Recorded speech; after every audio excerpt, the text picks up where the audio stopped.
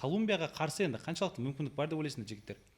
Мүмкіндік бар деп ойлаймын, өйткені енді Колумбия ұлттық құрамасы да бұл баяғы Колумбия емес, енді 2014 жылғы Колумбия емес, кезінде сол Хамес, Фалькаолар шайқап жүрген Колумбия емес, бірақ дегенмен енді көптеген футболшылар Еуропада да бар, өздерінің жаңағы Оңтүстік Америкада да ойнайтын.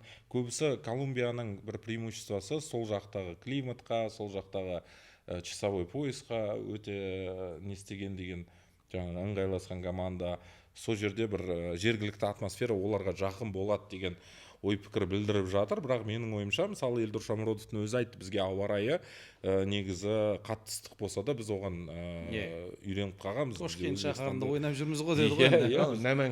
Біз айтамыз ғой Ташкент болып тұр ауа райы деп. Сол сияқты, сондықтан ол Мексиканың ыстық бір күніне қатты не істей қалмайтын сияқты.